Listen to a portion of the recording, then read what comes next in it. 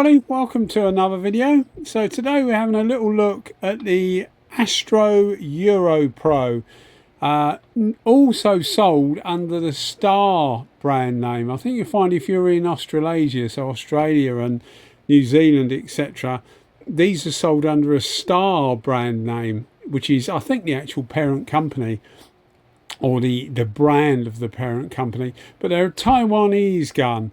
If you're in the UK watching this, or in Europe watching this, they're actually not that prevalent. They're not, not loads of them about.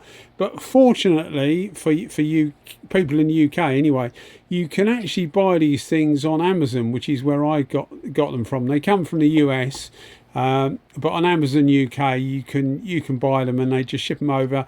It includes the price you see will include any duty or tax or whatever, so we do pay more for them than people do in the US by probably about 15%, something like that, which is about the same for everything really, or certainly for most things spray guns related anyway. But yeah, we pay a little bit more for them, but they make three in the range. They make, I'll refer to them colour wise because it's probably the easiest way. They do a green one, which is actually HVLP. Model number is like HV 103. 103 just means it's a 1.3. They do a 105, they do a 107 and a 109. And yes, obviously it's 1.5, 1.7, 1.9 tip. So they do the same with the other range, the others in the range as well. So they do a blue one. Yes, I am using a microwave to heat the paint up, and no, I don't recommend you do this at home, but it is actually what I do. But they do a blue one, which is called a HE, so it's an Astro Europro HE. So if you're in the UK watching this and you put that into a UK search engine, a search engine, you will hopefully come up with the Amazon spray gun. Now, for some reason they charge different prices for the different tip sizes, and normally the 1.3 is quite good value, and it's about 95, depends on the exchange rate obviously, but it's about 95 to 100 GB pounds. But sometimes, for example, like a 1.7 might be £200. Now at £200 they're well overpriced, but we'll come to that in a minute anyway. And the other one they do is the Evo T, which is a gold one. So we've got the HVLP, which is green, the HE, which is blue, which I have got. In fact, it was the first one I got. And the Evo T, which is this one. I've realised that I haven't got any footage of the HE, the blue HE version that I've been using, probably more than this one, to be fair. So I will get a video up one day. I'll get some footage of it and we'll have a run through on it. But this is dedicated basically to the Evo T, which is, as I say, the gold one.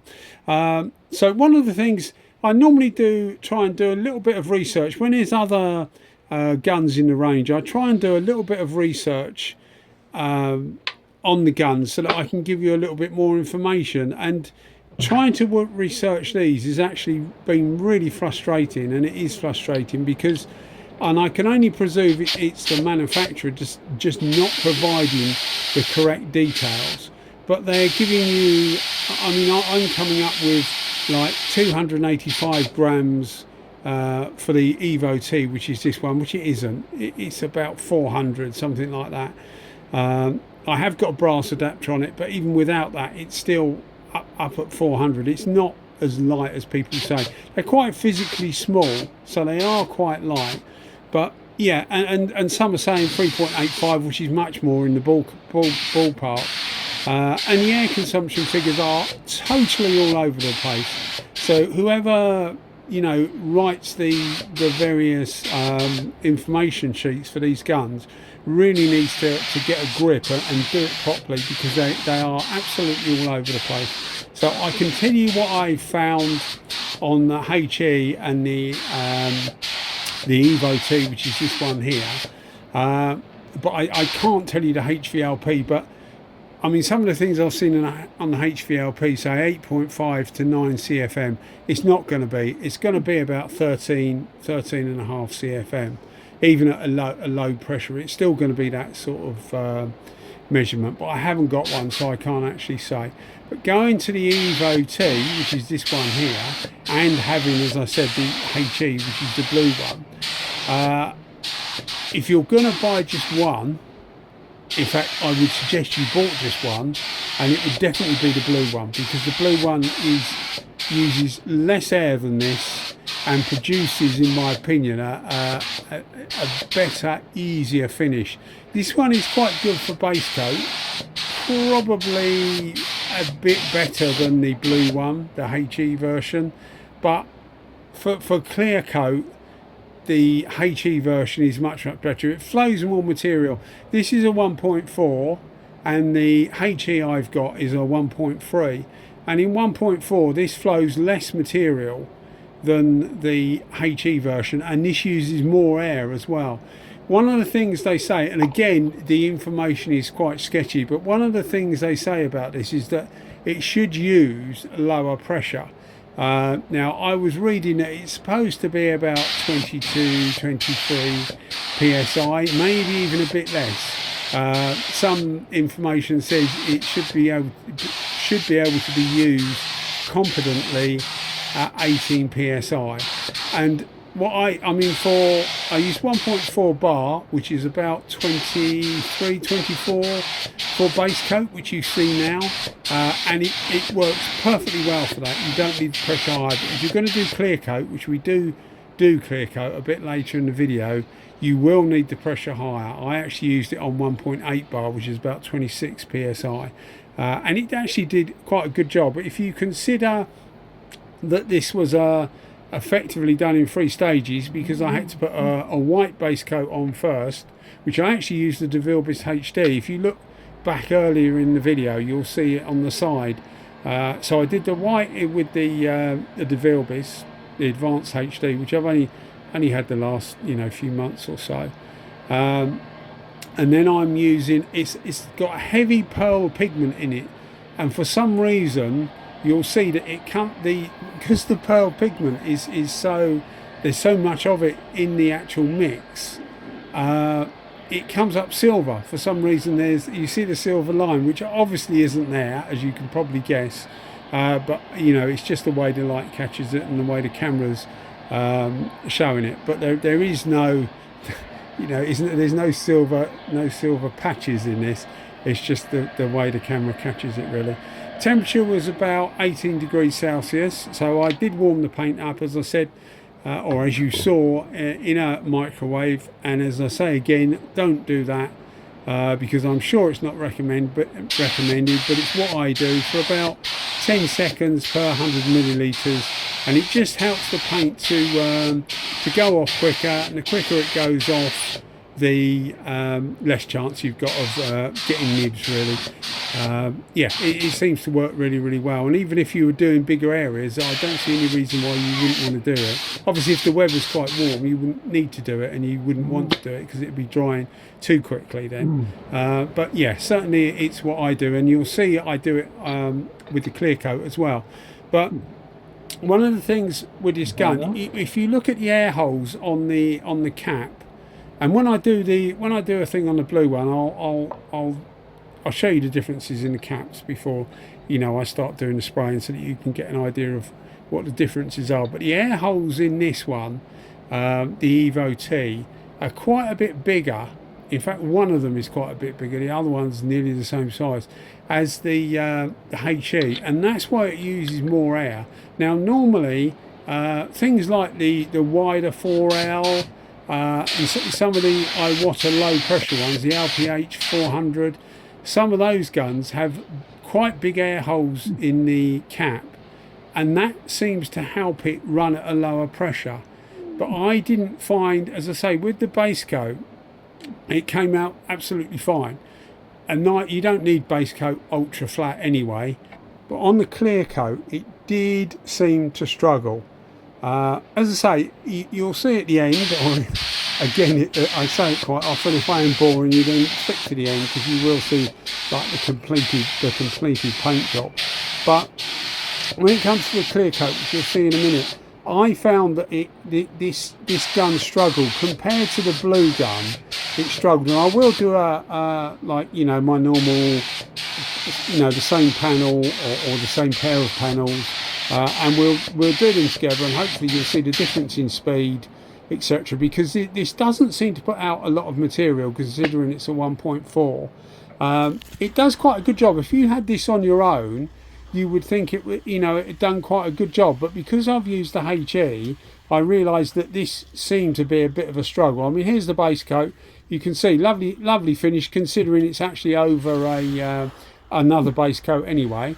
The more coats you put on, the more chance there is of not such a flat finish as you would appreciate. I.e., if you do a flow coat of if you put clear coat over sanded clear, which is a flow coat, you will get a much better finish than you would normally if you're putting clear over base. Or normally you will anyway. It's what custom builders will normally do to give you a final super flat finish, if that's what you're after. But yeah, I mean, I found it quite a struggle, as we'll see in a minute. Just running through the build quality of the guns, you can see here, I left some of this in because people have asked me to leave this in. And we're just cleaning out now the base coat, ready for the clear coat. So we clean the cup, we clean the gun with 2K thinners. Don't use the cleaning thinners, because the cleaning thinners will often have it's normally recycled thinners, so there could be little bits of silicon or anything that could cause a slight reaction with the paint. All you'll get is the odd little bobble in the paint. But if you use a genuine 2K or virgin thinners, you won't get any of that. But going on to the build quality of these, the build quality actually seems very good. They're I use the word quite a bit, they're agricultural, in that they're there's no real finesse to the build quality, but that's not to say that it's bad. They're actually very well made.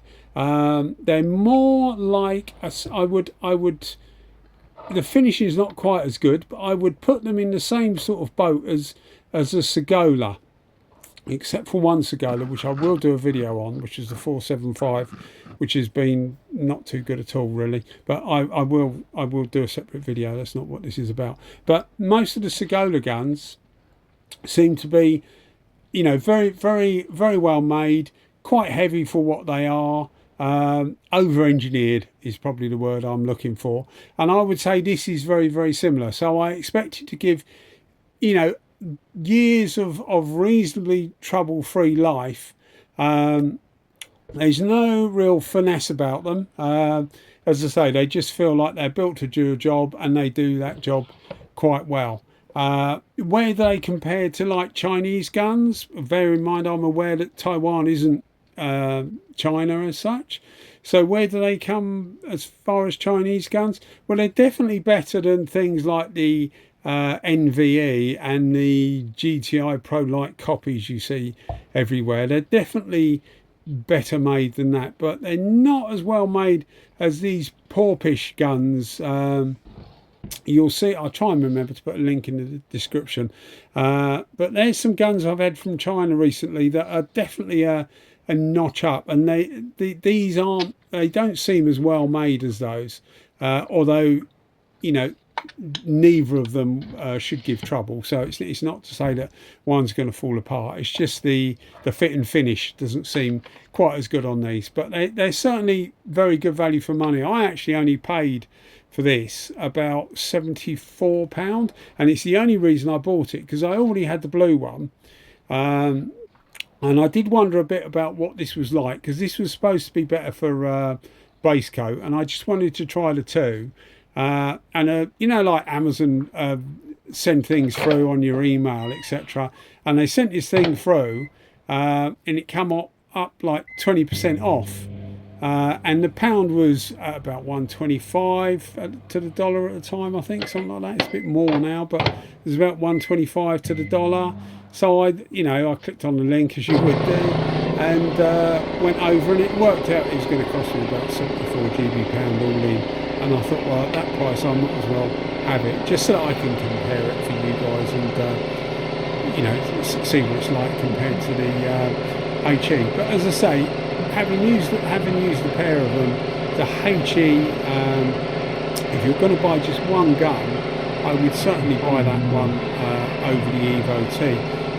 I've got a friend that I know through Instagram actually, but I sent him it to try, and you know, he's quite familiar with high-end guns, you know, DeVille, SATA, etc. And I sent it over for him to try. Hello John, if you're watching. I sent it over for him to try, to see, you know, what do you think of it, etc. Because I thought he'd be quite impressed with it, and he was thoroughly impressed with it. I mean, he said that, and it's no word of a lie, that, you know, it was as good as his best guns, you know, in the quality that he laid down. It didn't feel as good maybe, but certainly performance-wise, it actually performed really, really well. And he bought one. He ordered one from Amazon, and he bought one. So, yeah, I mean, you know, if you're going to buy one, as I say, buy the blue. Don't buy the gold one. If you're going to have a pair, then I would think about getting this one, the Evo T, for base coat, and using the HE, the blue one, for clear coat, because it definitely flows more material. Although it uses less air, it flows more material.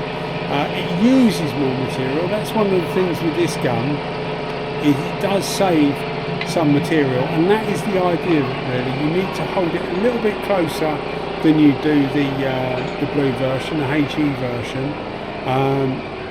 But I still found I needed, as I say, we're doing the clear coat now, I still found I needed 1.8 bar, so about 26 psi. I have tried it at lower pressures, and I found it difficult to get a good flat finish, if that's what you're after, and you know, most people are after a good flat finish. So I found it difficult to achieve that. Whereas if you've got something like the wider 4L or the LPH 400, which is a proper low pressure gun, you can get really good results with that at 1.1 bar, which is what, 16 psi.